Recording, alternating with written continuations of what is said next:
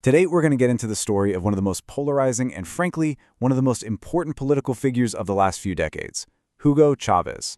We're going to look at how this guy, a failed coup-plotter, rose up to completely remake Venezuela, leaving behind a legacy that people are still fighting over to this day. So where does this whole story kick off? Well, not with a ballot box, but with a bang. On February 4th, 1992, a group of military officers tried to overthrow the president, Carlos Andrés Pérez. Now, you have to understand, Venezuela, which was once the shining, prosperous star in South America, was in a total crisis. The oil money from the 70s, that was long gone. Now you had plunging prices, crazy debt, and these harsh economic policies that had literally led to deadly riots a few years before. The coup, really, was a symptom of a nation that was just fed up. The coup completely failed, but as its leader, this young lieutenant colonel gets on national television to surrender. He says just two words that change everything. There he is, in his paratrooper's uniform and that iconic red beret, and he takes full responsibility. He says his goals weren't met, por ahora, for now.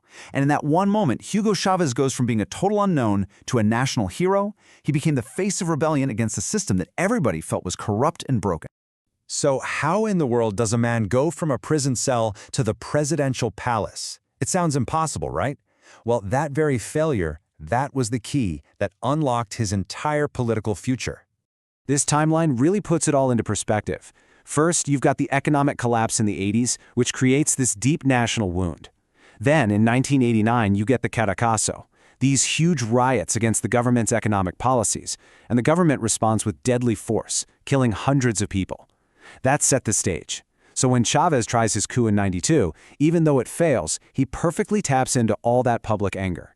By the time the 1998 election rolls around, people had zero faith left in any of the traditional politicians. And this is so important to understanding what he was selling. Chávez was running against a system called the Punto Fijo Pact. You can think of it like a cozy backroom deal between the two main parties to just take turns being in power. It locked everybody else out. For Chávez and his followers, this wasn't a democracy. It was a corrupt private club for elites.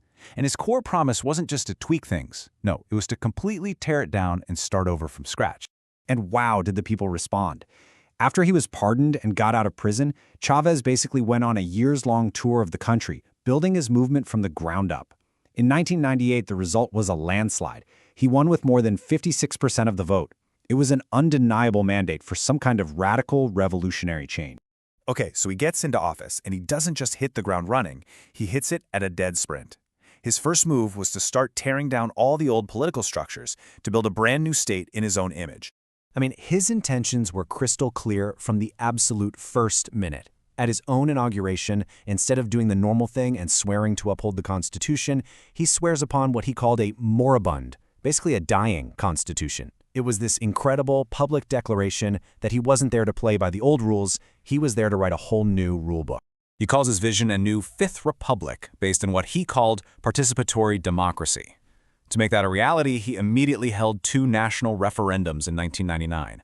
First to create a brand new assembly to write a constitution, and then a second one to approve the new constitution they wrote. And yeah, he won both of them easily. But there was a little red flag his opponents pointed to.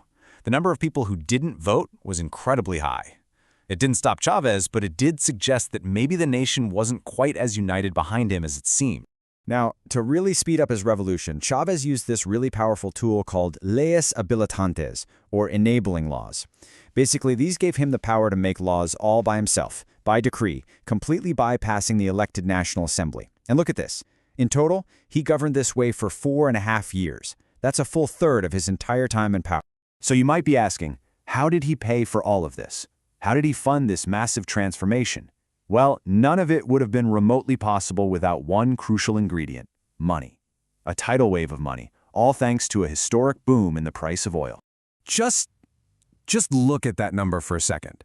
$700 billion. That's a truly mind-boggling amount of cash. And it all flowed directly to the government, giving Chávez what was essentially a limitless budget to fund his social agenda at home and to spread his influence all around the world. So where did all that cash actually go? Well, a lot of it went into these massive social programs called misiones. These brought healthcare and education to the poor, often with the help of thousands of Cuban doctors. He also nationalized huge chunks of the economy and used cheap oil to export his brand of 21st century socialism across Latin America. But of course, a flood of money like that has a dark side. It also fueled these gigantic, over-the-top state projects and, as his critics always pointed out, it allowed corruption to grow on a scale nobody had ever seen before. As Chávez pushed his revolution further and further and got more confrontational with the U.S., Venezuelan society just fractured.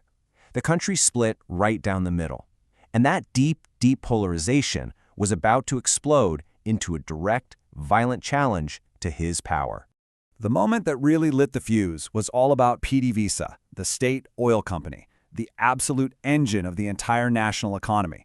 Even though it was state-owned, it had always been run more or less like a professional corporation. Then, in 2002, on his weekly TV show Allo Presidente, Chávez fired the company's entire leadership, live on the air, for the whole country to see. He replaced them all with his own political loyalists. For the opposition, that was it. That was the final straw. What happened next was just 72 hours of pure chaos. It starts with a massive opposition march, which turns violent. Then, military leaders step in and force Chávez to resign. He's taken away. A new interim president is sworn in. It looks like it's all over. But then, pro-Chávez supporters flood the streets of the capital. Loyal military factions turn the tables. And just like that, Chávez is restored to the presidency. The coup had failed. And in failing, it ironically made him stronger than ever, allowing him to purge his opponents from the military and tighten his grip on power. So 2 years later, the opposition tried again. This time, they played by his rules, using a mechanism in Chávez's own constitution to call a recall referendum. But with oil prices sky high and all that money flowing into popular social programs, Chávez won a huge victory. For his supporters, this was the ultimate confirmation of his mandate. And for the opposition, it was a crushing defeat that left them totally divided and demoralized. But even in his later years, when his political power seemed unbreakable, the cracks in the very foundation of his Bolivarian project were starting to show. You know, the record-high oil prices could paper over a lot of problems, but they couldn't hide everything. The companies he'd nationalized were becoming really inefficient. Power outages started becoming a regular thing. You saw this growing brain drain, with doctors, engineers, and other professionals just leaving the country. And most worrying of all, oil production itself, the source of all the money, was actually starting to fall. And somehow, despite all that record income, the government was racking up a mountain of debt. The whole system was looking less and less sustainable. So how did Chávez respond to all these warning signs? Not with reform, but by grabbing even more power for himself. After a similar proposal failed back in 2007, he won a referendum in 2009 that changed his own constitution, getting rid of presidential term limits. The path was now clear for him to rule for life. But there's one opponent no leader can defeat. After a very secretive 2-year battle with cancer, getting treatment mostly in Cuba, Hugo Chávez's death was announced on March 5, 2013. Just before he died, he named his loyal vice president, Nicolás Maduro, as his chosen successor, basically setting the stage for the next chaotic chapter of the revolution. When you boil it all down, this slide really captures his ultimate legacy. Over his 14 years in power, all these institutions that once had at least some independence, we're talking the courts, the central bank, the military, and crucially the state oil company, were all systematically brought under the absolute, direct control of the presidency. The state and the revolution, they had become the exact same thing.